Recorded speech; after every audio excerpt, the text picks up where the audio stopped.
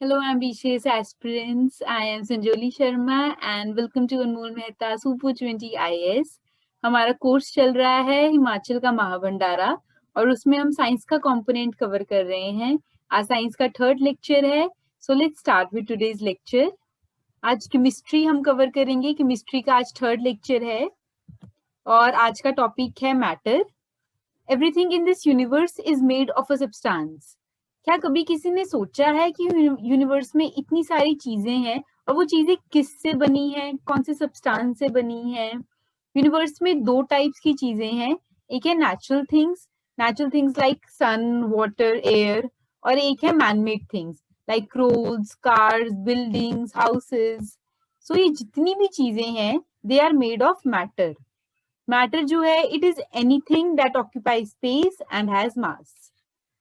So everything around us is matter. और matter की कुछ स्टेट्स हैं. मैटर को डिफरेंट स्टेट्स में डिवाइड किया हुआ है, डिफरेंट फेजेस में डिवाइड किया हुआ है. वो फेजेस हैं सॉलिड, लिक्विड एंड गैस. और जो solid, liquid and gas phases हैं इनके बीच चेंज हो सकता है. मतलब सॉलिड लिक्विड में कन्वर्ट हो सकती है, लिक्विड सॉलिड में कन्वर्ट हो सकती है, लिक्विड गैसेस में कन्वर्ट हो सकते हैं. सो चेंज जो है इन स्टेट्स में हो सकता है. जो मैटर है it is made of tiny particles called atoms. Matter small particles, tiny particles से बना हुआ है जिनको कहते हैं एटम्स. और बहुत सारे एटम्स जब कंबाइन कर जाते हैं तो दे फॉर्म मॉलिक्यूल्स. सो जो थ्री स्टेट्स ऑफ मैटर हैं, solid state, liquid state and gaseous state. Solid states में जो एटम्स हैं, जैसे कि आप इस पिक्चर में देख सकते हैं कि जो एटम्स हैं they are very tightly packed और उनके बीच कोई भी स्पेस नहीं है. इस वजह से जो सॉलिड्स होते हैं उनकी एक फिक्स शेप होती है और वो फ्लो नहीं कर पाते. नेक्स्ट स्टेट है लिक्विड स्टेट. लिक्विड स्टेट में हम इस डायग्राम में देख सकते हैं कि जो एटम्स हैं they are more loosely packed. जैसे कि सॉलिड स्टेट में तो बिल्कुल टाइटली पैक्ड थे, बट लिक्विड स्टेट में ऐसा नहीं है. उनके बीच कुछ स्पेसेस हैं और जो स्पेस है इस वजह से वो मूव भी कर सकते हैं. जो लिक्विड्स है वो फ्लो करते हैं, hence they do not have a fix shape. For example जो वाटर है, अगर हम उसको ग्लास में डाल देते हैं तो वो ग्लास की शेप ले लेता है. अगर हम उसको बोल में डाल देंगे तो वो बोल की शेप ले लेगा. तो उसकी कोई फिक्स शेप नहीं है. नेक्स्ट स्टेट है गैसियस स्टेट.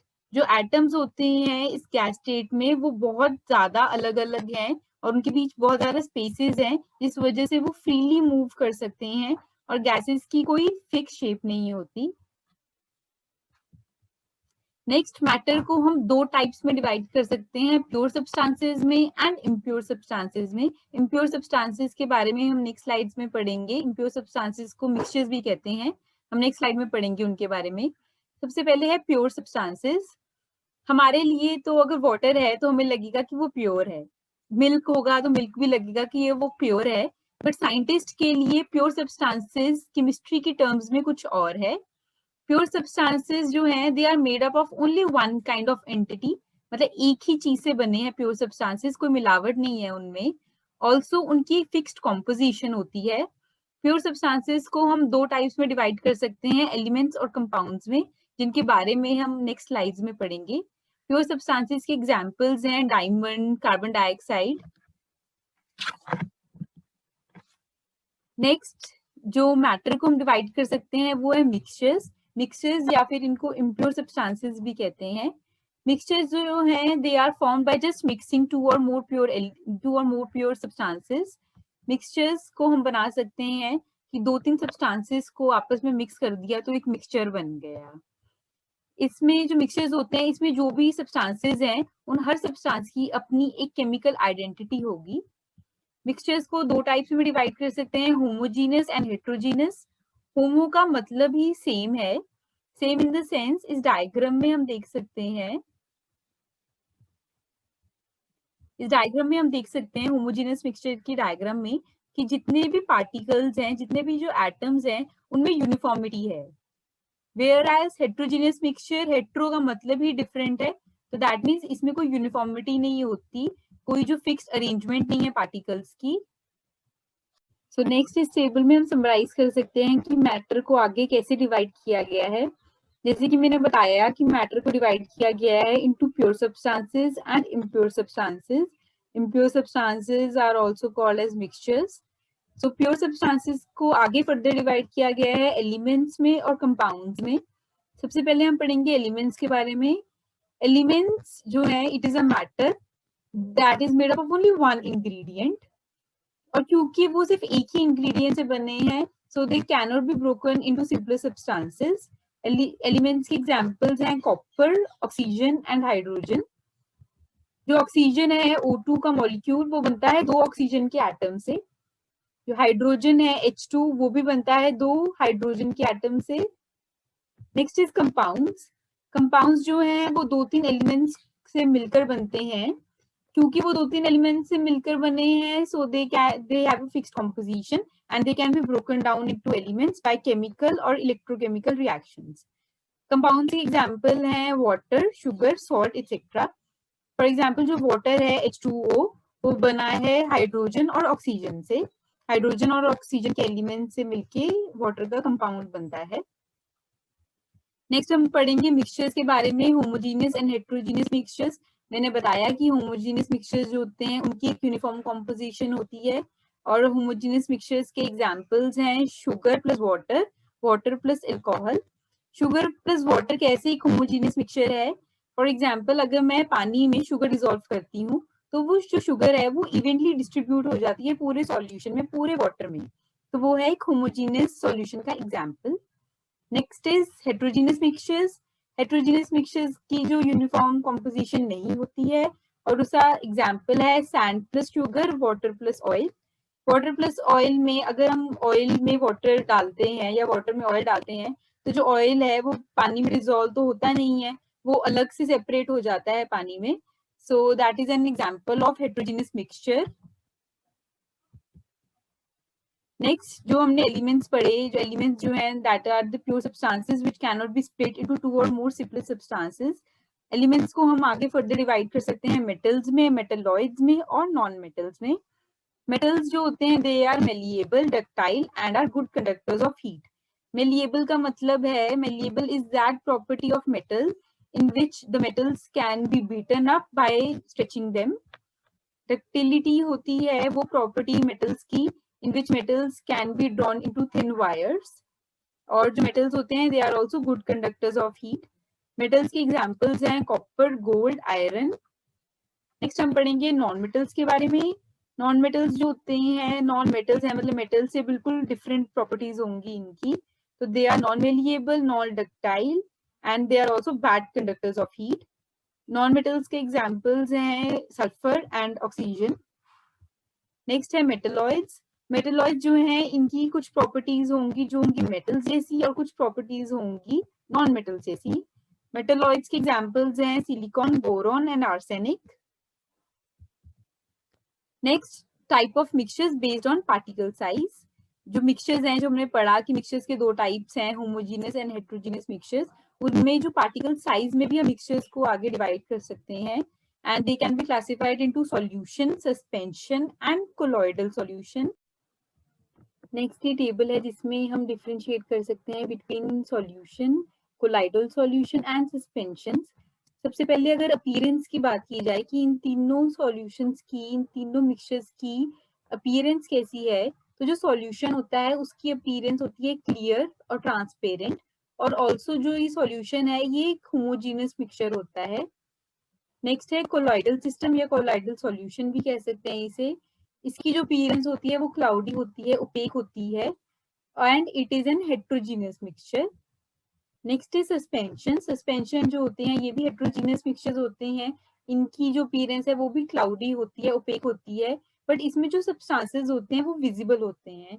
मतलब जो पार्टिकल साइज होता है वो इतना बड़ा होता है कि हम उसको नॉर्मली भी अपनी नेक्ड आई से भी हम उसको इजीली व्यू कर सकते हैं, वेयर एज सॉल्यूशन और कोलॉइडल सिस्टम में ऐसा नहीं है. नेक्स्ट है पार्टिकल साइज. पार्टिकल साइज की ऐसे बिल्कुल मेजरमेंट्स याद करना ये जरूरी नहीं है, बस इतना पता होना चाहिए कि सॉल्यूशंस और कोलॉइडल सिस्टम की जो पार्टिकल साइज होता है वो बहुत छोटा होता है, वेयर एज जो पार्टिकल साइज होता है सस्पेंशंस का वो बहुत ज्यादा है. नेक्स्ट है इफेक्ट ऑफ लाइट या टिंडल इफेक्ट कहते हैं. टिंडल इफेक्ट इज कि जब भी हम किसी सॉल्यूशन से या किसी मिक्सचर से जब हम लाइट पास करेंगे तो वो लाइट अगर रिफ्लेक्ट होती है पार्टिकल्स अगर वो लाइट को रिफ्लेक्ट बैक कर देते हैं तो उसको कहते हैं टिंडल इफेक्ट। तो जो सॉल्यूशंस हैं वो कोई टिंडल इफेक्ट शो नहीं करते, मतलब कि जब उनके सॉल्यूशन से जब हम लाइट पास करते हैं तो जो पार्टिकल्स हैं वो लाइट को रिफ्लेक्ट नहीं करते हैं, वो जो लाइट है वो एज इट इज पास हो जाती है। वेयर जो कोलाइडल सिस्टम है इसमें जो ये पार्टिकल्स हैं ये टिंडल इफेक्ट शो करते हैं, और सस्पेंशन में ये वेरिएबल है, कुछ जो सस्पेंशन के मिक्सचर्स होंगे वो करेंगे टिंडल इफेक्ट शो और कुछ नहीं भी करेंगे। Next is effect of sedimentation. Effect of sedimentation मतलब प्रेसिपिटेट बनता है कि नहीं बनता, मतलब जो पार्टिकल्स हैं वो एट लास्ट सेटल डाउन करते हैं कि नहीं करते। सॉल्यूशंस में और कोलाइडल सिस्टम्स में ऐसा नहीं है, कोई सेडिमेंटेशन नहीं होती, वेयर एज सस्पेंशंस में जो पार्टिकल्स है they will eventually settle down. Next is visibility, कि अगर हम इनको सॉल्यूशंस को देख के पहचान सकते हैं कि ये सॉल्यूशंस है, ये कोलाइडल सिस्टम है या सस्पेंशंस है। तो जो सॉल्यूशंस के पार्टिकल्स होते हैं they are so small that they cannot be seen even under the ultra microscope. बहुत छोटे पार्टिकल्स होते हैं सॉल्यूशंस के, वेयर एज जो कोलाइडल सिस्टम है इनको हम नेक्ड आई से तो नहीं देख सकते, बट जो पार्टिकल्स हैं they can be visible under the ultra microscope. Suspensions के जो पार्टिकल्स होते हैं उनको हम नॉर्मली नेक्ड आई से भी देख सकते हैं, माइक्रोस्कोप से देखने की क्या जरूरत है, जब नेक्ड आई से ही दिख जाएंगे तो इनको हम नेक्ड आई से विजिबल है, नेक्ड आई से देख सकते हैं। Next is physical and chemical changes. Physical properties क्या होती है एक सब्सटेंस की? फिजिकल प्रॉपर्टीज होती हैं एक सब्सटेंस की शेप, उसकी साइज, उसका कलर। तो अगर इन प्रॉपर्टीज में कोई चेंज आता है, इन फिजिकल प्रॉपर्टीज में कोई चेंज आता है, साइज चेंज हो जाए, शेप चेंज हो जाए, कलर चेंज हो जाए, तो उसको कहते हैं फिजिकल चेंज। ऑल्सो जो फिजिकल चेंज होता है ये इरिवर्सिबल होता है। फिजिकल चेंज का एग्जाम्पल है melting of ice, boiling of water. Suppose मैं अगर फॉर एग्जाम्पल अगर मैं आइस को मेल्ट करती हूँ तो मेल्ट करके मुझे वाटर मिलता है, वाटर को अगर मैं रेफ्रिजरेट कर दूं, उसको कूल डाउन कर दूं तो वो फिर से आइस बन जाएगी। तो इससे पता चलता है कि आइस को हम वाटर में भी कन्वर्ट कर सकते हैं और वाटर को आइस में भी कन्वर्ट कर सकते हैं। तो ये एक फिजिकल चेंज जो कि रिवर्सिबल है, कि आइस से वाटर बना लिया, वाटर से आइस बना ली। सो जो फिजिकल चेंजेस होते हैं ये रिवर्सिबल होते हैं, एंड फिजिकल चेंजेस में no new substance is formed. Next is chemical change. Chemical change में क्या होता है कि सब्सटेंस की बिल्कुल न्यू प्रॉपर्टीज हो जाती हैं, उसकी फिजिकल प्रॉपर्टीज चेंज हो जाती हैं, उसकी केमिकल प्रॉपर्टीज चेंज हो जाती हैं, एज अ रिजल्ट हमें एक बिल्कुल नया सब्सटेंस मिलता है। केमिकल चेंज का एग्जांपल है बर्निंग ऑफ वुड और पेपर या सारिंग ऑफ मिल्क। अगर मैं वुड को बर्न कर देती हूँ, पेपर को बर्न कर देती हूँ तो मुझे ऐश मिलती है। ऐश से मैं फिर से वुड तो नहीं बना सकती, फिर से पेपर तो नहीं बना सकती, तो इसलिए ये जो केमिकल चेंज होता है ये इरिवर्सिबल होता है, और इसमें हमें बिल्कुल एक न्यू सब्सटेंस फॉर्म होता है, बिल्कुल एक new substance is formed. Next बात करेंगे अलॉयज के बारे में। अलॉयज क्या है? Alloys are homogeneous mixture of metals or a mixture of metal and another element that cannot be separated into their components by physical methods. Alloy जो हैं they are basically the mixture of metals. दो तीन metals को mix कर दिया तो alloys बन जाते हैं। Alloys के example है steel. Steel जो है it is a combination of iron and carbon. Iron metal है और carbon जो है वो एक non metal है। Second example of alloy is bronze. Bronze जो है it is a combination of copper and tin, both copper और टिन जो है दोनों मेटल्स हैं। Next example of alloy is brass. Brass is a mixture of copper and zinc, copper और zinc भी दोनों मेटल्स हैं। नेक्स्ट हम पढ़ेंगे सेपरेशन टेक्निक्स के बारे में। सपोज एक मिक्सचर है और उसके कंपोनेंट्स को हम सेपरेट करना चाहते हैं तो वो क्या सेपरेशन टेक्निक्स हम यूज कर सकते हैं, तो हम वो पढ़ेंगे। सबसे पहली सेपरेशन टेक्निक है सेंट्रीफ्यूगेशन की। Centrifugation uses a centrifugal force for the separation of two liquids in a mixture. Centrifugal force का मतलब है आउटवर्ड फोर्स। सेंट्रीफ्यूगेशन में बेसिकली हम क्या करते हैं कि जो मिक्सचर है जिसके कंपोनेंट्स को हम सेपरेट करना चाहते हैं उस मिक्सचर को हम बिल्कुल बहुत हाई स्पीड पे रोटेट करते हैं। एज अ रिजल्ट जो डेंसर कंपोनेंट होगा मिक्सचर का that will migrate away from the axis, और जो लाइटर कंपोनेंट होएगा it will migrate towards the axis. For example अगर हम मिल्क की सेंट्रीफ्यूगेशन करें तो मिल्क में जो हेवी मिल्क का कंपोनेंट होगा वो अवे फ्रॉम द एक्सिस चला जाएगा, वेयर एज जो लाइटर क्रीम होगी वो एक्सिस पे ही रह जाएगी। सो ये थी सेंट्रीफ्यूगेशन की technique. Next is chromatography. Chromatography is used to separate the different components in the liquid mixture. अगर हम किसी लिक्विड मिक्सचर के कंपोनेंट्स को सेपरेट करना चाहते हैं तो हम क्रोमेटोग्राफी कर सकते हैं। Chromatography is based on the different properties of compounds in two phases, stationary and mobile phase. Chromatography की डिटेल में जाने की जरूरत नहीं है, बस इतना पता होना चाहिए कि कौन सी टेक्निक में दो फेजेस यूज होते हैं जो कि स्टेशनरी एंड मोबाइल फेज हैं। तो क्रोमेटोग्राफी में दो फेजेस यूज होते हैं, बट मैं यहाँ पे एक छोटा सा ओवरव्यू दे देती हूँ कि एक्चुअली क्रोमेटोग्राफी में करते क्या है। क्रोमेटोग्राफी में जो ये लिक्विड मिक्सचर है जिसके कंपोनेंट्स को हम सेपरेट करना चाहते हैं उसको हम एक मोबाइल फेज से पास करते हैं। जो मोबाइल फेज होता है वो फ्लूइडिक फेज होता है, वो गैस भी हो सकती है, लिक्विड भी हो सकता है। तो जो मोबाइल फेज है वो उस लिक्विड मिक्सचर को कैरी करेगा टू वो स्टेशनरी फेज। जो लिक्विड मिक्सचर होएगा उसके जो कंपोनेंट्स होंगे जिनको हम सेपरेट करना चाहते हैं उनकी अलग अलग एफिनिटी होगी फॉर दिस स्टेशनरी फेज। तो इसी हिसाब से वो जो स्टेशनरी फेज पे अलग अलग जो है वो सेपरेट आउट हो जाएंगे। सो ये क्रोमेटोग्राफी की टेक्निक थी। Next and last technique is crystallization. Crystallization is a separation technique in which solids are separated from a solution. इसमें इस टेक्निक में हम सॉलिड्स को सॉल्यूशन से सेपरेट कर सकते हैं। फॉर एग्जाम्पल अगर हमें सॉल्ट को सेपरेट करना है वाटर से तो हम क्या करेंगे कि जो बीकर है जिसमें सॉल्ट और वाटर जो है वो मिक्स्ड है तो हम उसको हीट करेंगे। जो वाटर है वो इवेपोरेट हो जाएगा और नीचे जो है वो सॉल्ट रह जाएगी। So in this technique, the solvent molecules start evaporating, leaving behind the solutes when the solution is heated in an open container. Solutes हैं जो salt हमने mix की हुई थी और solvent molecules हैं water के molecules जो कि evaporate हो जाएंगे और पीछे solutes जो salt है वो रह जाएगी। So that's all for today. इस लेक्चर से हमारे केमिस्ट्री जो है वो खत्म हो गई है एंड नेक्स्ट लेक्चर से हम बायोलॉजी स्टार्ट करेंगे। So that's all. Thank you. Happy learning and see you in the next lecture.